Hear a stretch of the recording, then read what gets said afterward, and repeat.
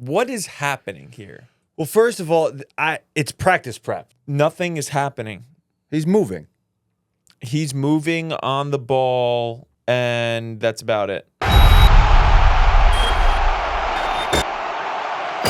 What up, Good Drill Nation? Today, we're going to get a little crazy, and we're going to break down LeBron James's year 22 practice prep. Can we really take down the GOAT? Do we have any right to take down the GOAT? Well, who cares? We're going to do it anyway. Is he the GOAT? That's the question everybody's asking. That modern GOAT. I got Jordan over him all day, but modern GOAT, that's him. But anyway, you are not going to want to miss this because there's some highly questionable things in his workout routine, and I don't think they benefit high school players whatsoever. Or college. All right, so he's on these balls, right? And what is happening here? Well, first of all, it's practice prep. It's not like performance work. Nothing is happening. He's moving. He's moving on the ball, and that's about it. He's moving. Practice prep. How is this preparing you for practice? He's moving in a bunch of different planes. And you also breathe while you practice, so breathing is good too. And you're also alive, so being alive before practice is practice prep. But there's no blue balls in practice. That's a fact. Maybe for some. Let's continue. He's just moving. He's moving.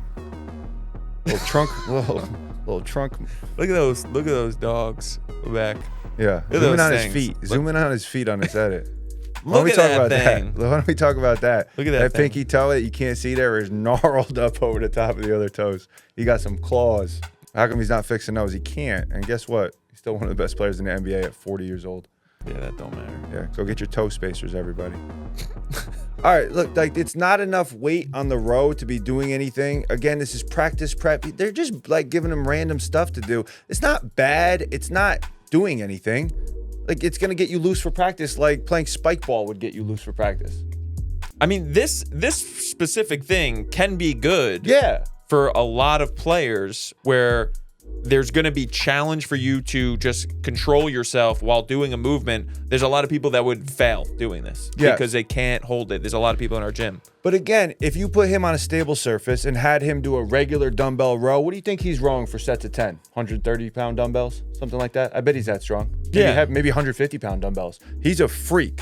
You watching this on the other side, little Tony Chicken tender, you can't row. You're probably rowing the weight he's using right there on a stable surface. Like, he's a lot stronger than you. He's allowed to do stuff like this. You're not. You're weak as piss. And also, like, you're thinking in your head, practice prep.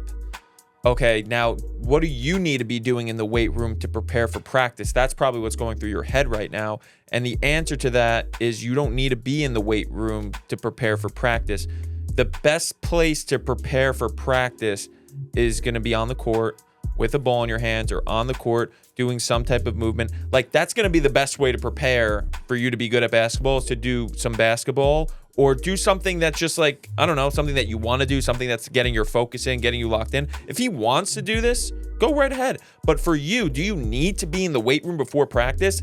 Absolutely not. Not as a preparation thing, but maybe as back to what Bobby's saying, like in season, lifting before practice, that could be a great time to lift. Great time to get your dose in. I really wanted to go through this video because I know there are a ton of high school and college athletes right now seeing this, and now this is what your performance training is going to look like, but nothing is happening here to get you stronger, faster, bigger, right? He's simply moving, right?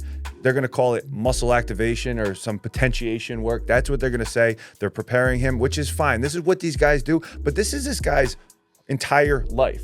Right? All he has to do is play basketball. He's got no school, right? He's got no other requirements. His whole life right now is putting effort into lengthening his career. So he does stuff like this. If you're a high school player, again, that's weak as a kitten, you don't need to do this. I don't think that this is having a role in lengthening his career. He thinks it does, though. No, he thinks it does. It's hard to argue with the guy who has the longest career in the NBA that is still, he's got 4 double-doubles in a row at 40 years old. That's insane. Triple-doubles. Triple-doubles. What'd I say? Double-double. Triple-doubles. He's got Double-double. There's too many 4-3 triple quadruple doubles. You know who he is. He's LeGoat James.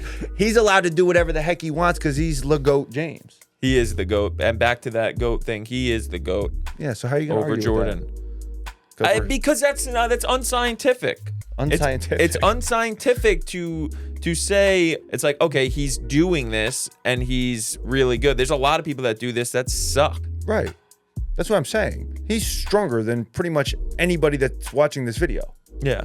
So he can do whatever he wants. And just thinking about it, back in the Cal Dietz days, I used to like doing a lot of the aerobic work that he did in the weight room, the escalated density stuff, and the just like the continuous aerobic work where you'd go back and forth between lower body, upper body. It would be some things that are like this, where you get set up in the position, only nasal breathing.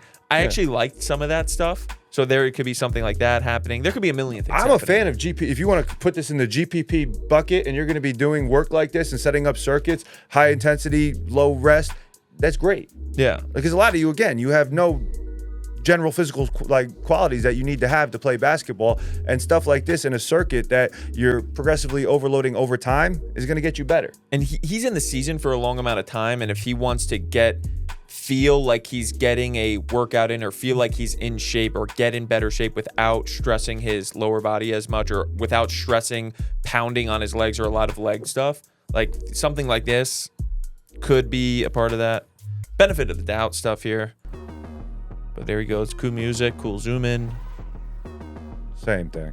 All right, see, now you lost me with that little hand thing. Here's my problem with it, is that you get to a point where you start overthinking things, and people overthink, I got to be doing this. I used to be that person that was like, I got to do everything. I got to do what this person's doing, that person's doing. Where does this fit in with this? It's like him doing this with one weight and without a weight, doing nothing. I promise you right there, nothing is happening that's actually moving the needle for him, in my opinion.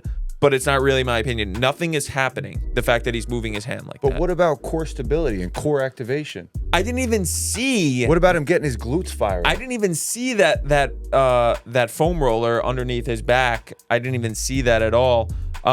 Again, yeah, core stability, core activation, this whole thing. Again, if he wants to do it, he can go do this cool stuff like this. Well, but I think those are made up words that don't mean anything. Core stability. I mean, it's real, but it's like, what does that mean though? What does it mean? What does it mean that it's real? I don't know. He's wearing red shoes. He's a clown. No, I'm just kidding, LeBron. I love you. Some balance, good balance. That's it. These are all PT exercises. Yeah. Can we just understand where all this has come from? PT. You'll see my 95-year-old next year grandpa doing all of these drills in PT. No, this is all stuff you were doing in FMS, in 2009. These are all PT things that my grandpa will do. This. But it's like you're moving. Like that's good. I like to move before I play. Yeah. It's just moving. It's good. Sure. But this isn't a performance program. So don't watch this and think this is going to get you stronger and you need to be doing this. I just want to know, I wonder why he's doing it. But just look at him in general. With it, he's a freak of nature. He's a specimen. If you don't look like this, you need to be working on looking how he looks. You need to get bigger, stronger, faster, and more powerful. Yeah. Nothing here is going to really help that. No. All right, so bring it back a little bit.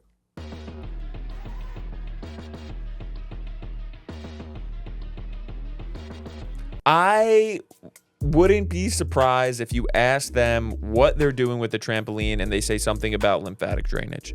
I wouldn't be shocked if that was their explanation for why they're doing a trampoline, because there's a lot of people that try to sound smart doing things. It's like the trampoline isn't bad, but again, this is pure PT, so grounded in PT, all this stuff, PT for geriatrics, that it's so obvious that that's where this is all coming from.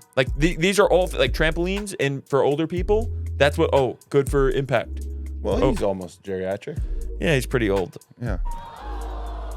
He's goated. Do you know they say he spent $1.5 million, and when he's asked about that, he's like, I have no idea what I spent. I don't know. He's like, I don't know where that number came from. So for content, numbers are good. 6 to 20 points per game. But I think somebody made that up because he's in the show, The Starting Five, right now on Netflix, and they asked him about it. He's like, I don't know where that came from. Yeah. It's I don't think I spent that much. Yeah. People make stuff up. There's so much propaganda, and it changes the way you think. Yeah. It's insane. Get on the Good Drill app. There's nothing better out there. Yeah.